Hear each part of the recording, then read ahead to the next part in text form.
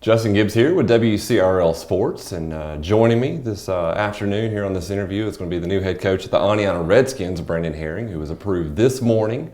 And we're going to have a chance to get to know Coach Herring a little bit more right after this break. So you're a business owner.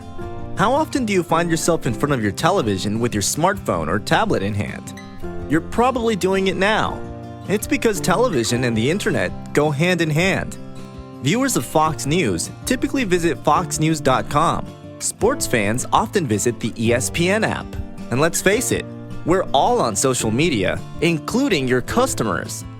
Let Alpine show you how to reach them on both. Coach, I know it's now officially a couple hours here for you, being the new head coach of Aniana, but before we talk about football, tell us a little bit about yourself and your family. I'm married to Melissa. We've been married for going on 15 years now. Met in college. She's my best friend.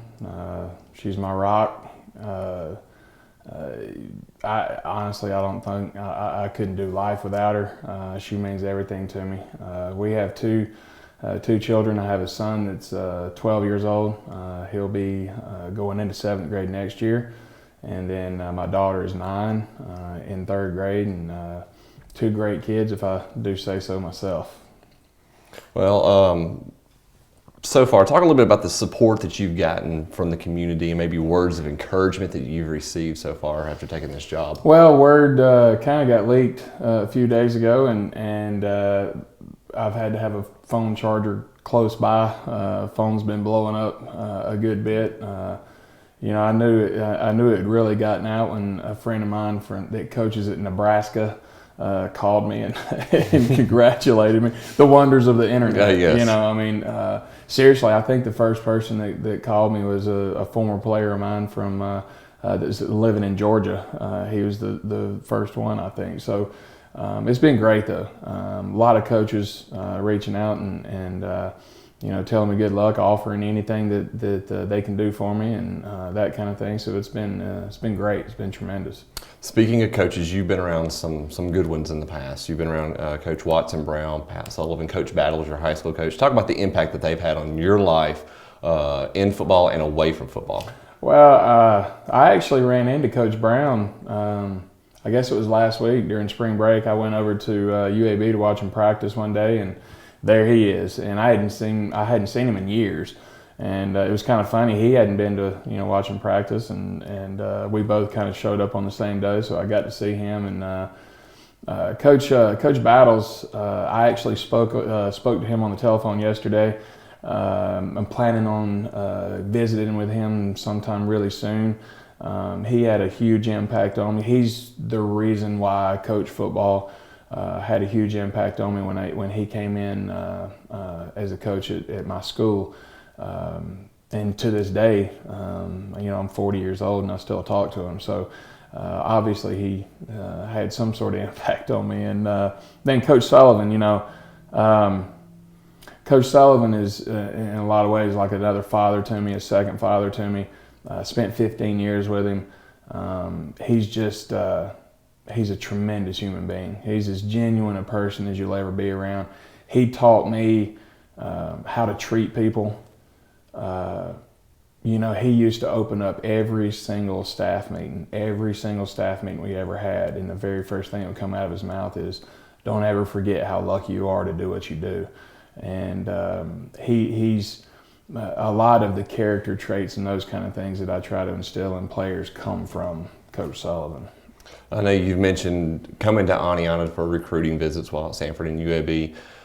Talk about the things what are your thoughts about the city and the school here in Aniana? Well, first of all, it's a beautiful place. I mean, just being up here is just a scenic place just to drive around and be around and that kind of thing. My brother lives right down the road, so I've, even outside of my recruiting deal, I kind of have spent some time up here. And then, it's always been steeped in tradition. this place is football wise. It's had a great tradition in football, and not only that, but the school system itself is a tremendous, great school system for to raise kids in and that kind of thing. So we're tickled to death to have our kids here. Everyone's got goals. Everyone. What are your goals? What are your visions for Aniana High School and for this football team? The easy answer is to say, win and all that kind of thing. I want to have a positive influence over kids. That's my biggest thing, to teach them and, influence them in ways that they can take with them the rest of their life. Instilling character traits, work ethic, discipline, those kind of things that they can take with them the rest of their life. The winning will come along with those things.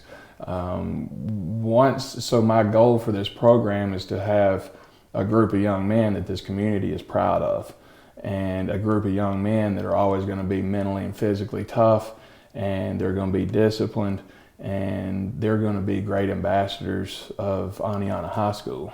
And what are some things that you want other teams to say about you guys after you play them on a Friday night? I want them to know that, win, lose, or draw, that they know they played a tough, physical, disciplined football team. If you do those things, you have a chance to win football games. Athleticism, you can enhance and you can work on it and those kind of things, strength and all that. But effort and discipline is 100% up to the individual. No matter how big, tall, fast, whatever you are, you can always give max effort. And if you do those things, one thing I always ask players is, this is something you hear from the time you're 2 foot high all the way up, is play till the whistle blows. Play till the whistle blows. Well, I ask kids, how often do you play till the whistle blows? How often are you actually moving? Are you running? Are you chasing? Are you blocking until that whistle blows? And a lot of times that'll kind of grab their attention. Don't be a watcher. Don't watch it. Don't let it go by you. Participate. Be a participate. We want to participate in every single play. Don't be a spectator. Since you're the new guy, as far as your plan, how do you plan on getting these kids to respond to you since you're the new sheriff in town? Well, I think that process is built. Trust is built. It doesn't just happen and just overnight. The one thing that I'll make sure that they understand and is number one with me is I'm not going to lie to them ever, no matter what. Now, it may not always be what they want to hear, but they can rest assured they know that I'm not lying to them. And even if it is something that they don't want to hear, they can respect the fact that at least he's telling me how it is. I love being around kids. I love seeing them do well. And that kind of thing is built, that kind of trust and that kind of, it's built over time. And just like I had, I guess it was Tuesday or Wednesday, it was a Wednesday, I guess we were, out of school for weather and all that kind of thing. And, I was looking on Twitter and one of the weather things was down in Americus, Georgia, which is down in South Georgia.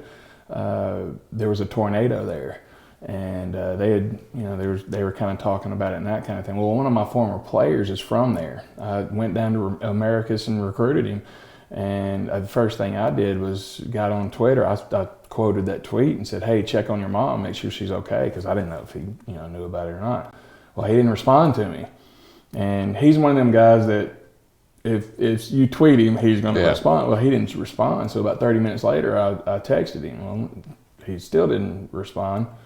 Then I called him, he didn't answer. I got real worried, Well, come to find out he was in a meeting at work. And he had texted his mom, but, he called me, he said, "Coach, I appreciate that," and those kind of things are built. It's not, a kid's not going to trust you that much or know that you're going to go that extra mile for them just overnight. It'll be a building process, but rest assured I'll love them, no question. What's going to, your teams, what are they going to hang their hat on? What's going to define their play? Toughness, plain and simple. I mean, because again, those are things that athletic ability has nothing to do with that. You can only do so much with that, but mental toughness, physical toughness comes with mental toughness, plain and simple. If you're a mentally tough human being, you can withstand things physically. A lot of things go in and go on in between your ears. If you can handle that, then you'll be fine. We're going to work hard. There's no question about that. I think Friday night's got to be fun to you. You got to work hard during the week. That way you can go out there and cut loose, and that's what it's all about. Running out there in front of the people and that kind of thing. Ultimately, what I'm looking for is I'm a history guy. I like to read and those kind of things. And way back when, there was something called dog soldiers, and I know they've made movies and that kind of thing since then. But what the dog soldiers were in the Comanche tribe, they were basically the special ops, and people know the Navy SEALs and that kind of thing. Mm-hmm. They were the elite soldiers, the elite warriors for the Comanche tribe, and what those guys did, they were really revered around the people, and they had a sash that came around them, and it trailed onto the ground, and they had a sacred arrow. And what they would do is when they went to battle, they took that sacred arrow and they impaled it in the sash in the ground, and they stood their ground to the death. So basically what I'm looking for is a bunch of dog soldiers. There you go. Final thing, anything else you want to say to the Aniana fans? Well, I can't wait to get up here and get started, and my family's really, really excited about coming up here and getting into the community and being a part of it.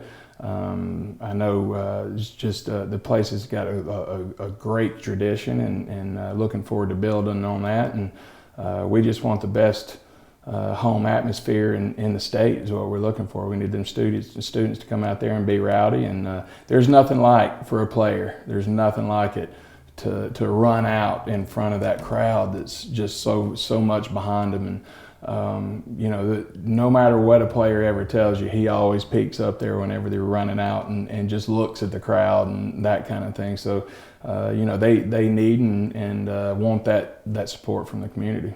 Well, Coach Herring, I do appreciate it. We want to wish you the best of luck in the future. No problem. Thank you.